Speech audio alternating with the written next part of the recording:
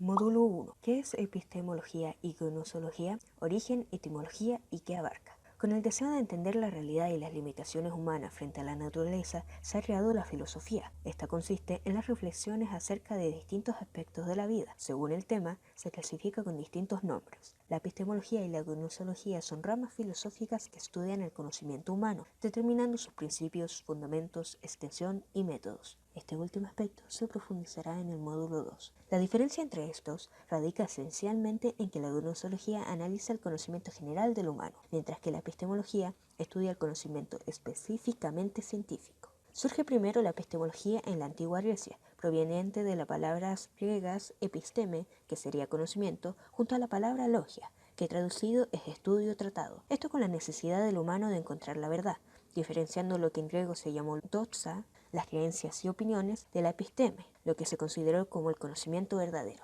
Esta concepción se centraba en oponer la religión de la ciencia, así que luego se derivó de esta filosofía la gnosología, proveniente de juntar las palabras gnosis, que significa conocimiento o facultad de conocer, con logos, que se refiere a doctrina, teoría, razonamiento. Esto con el fin de buscar matices, preguntándose, ¿en qué circunstancia una creencia podría llamarse conocimiento?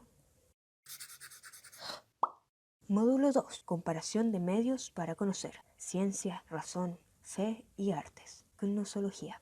La ciencia, siendo el método científico, la razón, que hace referencia a la filosofía, y la fe, que puede ser religiosa, pero que al fin y al cabo es la confianza que uno tiene. A esta comparación, además, se le puede añadir las artes, lo que es dibujo, danza, música, entre otros. ¿Qué es lo que tienen en común? Todos son medios que se usan para alcanzar el conocimiento. La gnosología se pregunta, ¿cuál es el mejor método para adquirir este conocimiento? Cada área tiene sus desventajas y ventajas, por así decirlo, y aquí haremos un cuadro comparativo. La ciencia vendría a preguntarse el porqué de las cosas. Es comprobable, lo que da seguridad, estimula la creatividad por la generación de hipótesis y planteamientos, promueve la innovación y el análisis, el desconstruir físicamente la fuente de investigación, aunque no evalúa lo que escapa de lo pragmático y genera problemas éticos.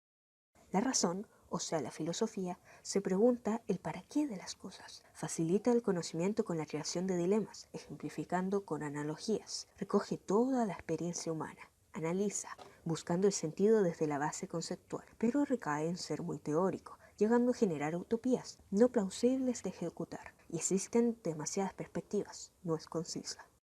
La fe te da certezas, esperanzas fundadas en el sentimiento, le da sentido a la vida, te deja descansar por tener un respaldo a la vez que te moviliza, por infundirte la confianza de que las cosas se lograrán. Sin embargo, es susceptible a abusos de poder, corrompida por personas y recae en ser incuestionable y fija, o sea, un dogma. Las artes expresan lo que no se puede en palabras, es multidisciplinar, abarcando la pintura, la escultura, la literatura, la música, la danza, la arquitectura y el cine, pero llega a ser muy subjetivo, tanto como su interpretación como por lo que es considerado arte en sí, llegando a ser incierta y recae en generar conflicto de intereses por ser capitalizado.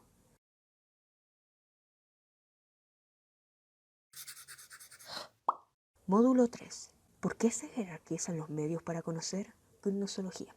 Según nuestra manera de ver la vida, las personas tendemos a jerarquizar los métodos para conocer. Alguien más artístico puede poner en prioridad las artes. Alguien profundamente religioso podría poner la fe incluso sobre la ciencia. Pero no cabe duda que socialmente se pone a la ciencia en la cúspide. La razón de esto nos arrinconaría a ver qué fue lo que pasó en la historia para llegar a aquello.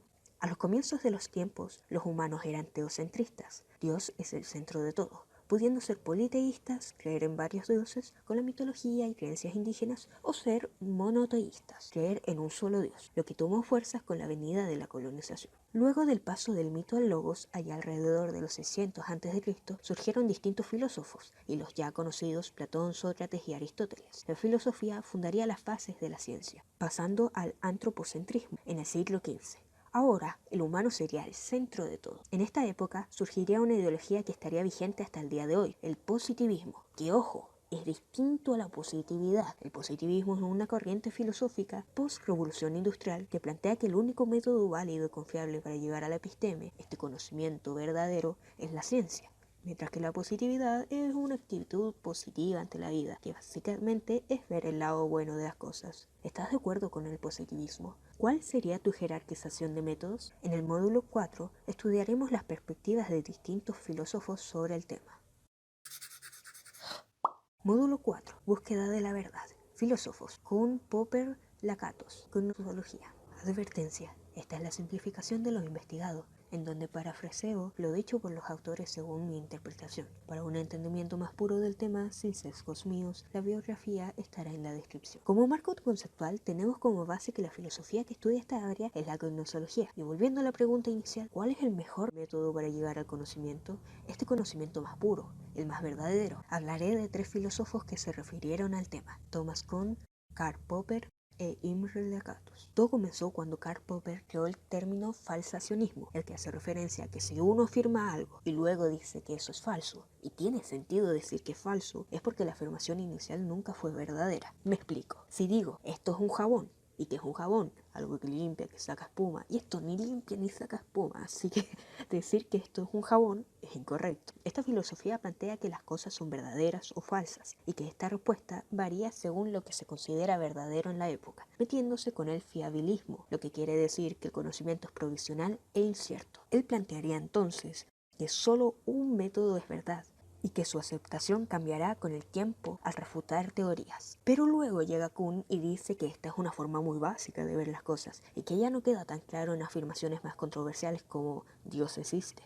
Así que él planteó los paradigmas, o sea, verdades incompletas, lo que significa que todo es verdad, pero a cada cosa le falta algo. La fe da la confianza, pero le falta la comprobación. La razón da la teoría, pero le falta lo práctico, y así, estando de acuerdo a la jerarquización y concluyendo que el que esté en la cima será el menos incompleto. Y ahí llegaría Lakatos, que agarra todo lo anterior y dice no, no, no, y genera el concepto del falsacionismo sofisticado, que quiere decir que las verdades son complementarias, o sea, los métodos no deberían de jerarquizarse, sino que deberían de trabajar a la par. Cuando se necesita tener confianza, llega la fe. Cuando se necesita un marco teórico, se empieza a filosofar. Cuando necesitas comprobación, llega la ciencia. Cuando no puedes expresar las cosas con palabras, llega las artes para satisfacer esa área. El mundo es interdisciplinario.